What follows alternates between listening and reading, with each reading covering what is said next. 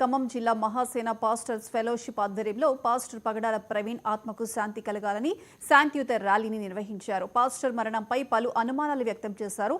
మహాసేన ప్రధాన కార్యదర్శి పసలపూడి రమేష్ క్రిస్టియన్లపై జరుగుతున్న దాడులను అరికట్టాలని సూచించారు.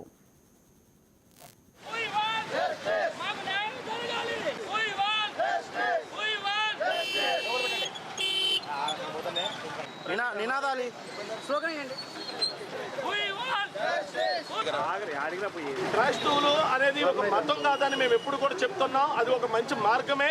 మరి నేనున్నానంటే నేనేనే ఎవరైనా ఇప్పుడు మా ఇంట్లో హిందువులు ఉన్నారు, ముస్లిం ఉన్నారు, మేము క్రిస్టియన్స్ ఉన్నాము. ఎందుకంటే ఈరోజు ఇంటర్ కాస్ట్ కూడా మ్యారేజ్లు జరుగుతున్నాయి.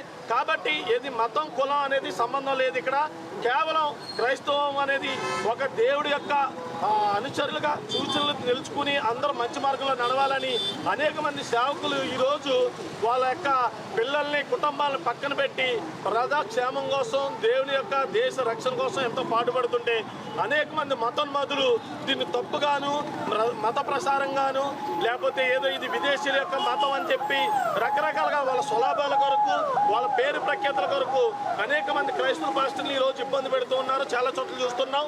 మరి ఇక్కడి నుంచి మేము చెప్పే మాట ఏంటంటే క్రైస్తవులు మేమేమి యుద్ధాన్ని ప్రకటిస్తలేదు, కానీ మేము మరీ చూస్తూ ఊరుకునే మనుషులమైతే కాదు. మాకు కూడా మరి మానవత్వం నీతి నిజాయితీ ఉన్నాయి. దేవుడు చెప్పిన మాట ప్రకారం చాలా సైలెంట్గాను శాంతియుతంగాను మరి మేము ఉన్నాము.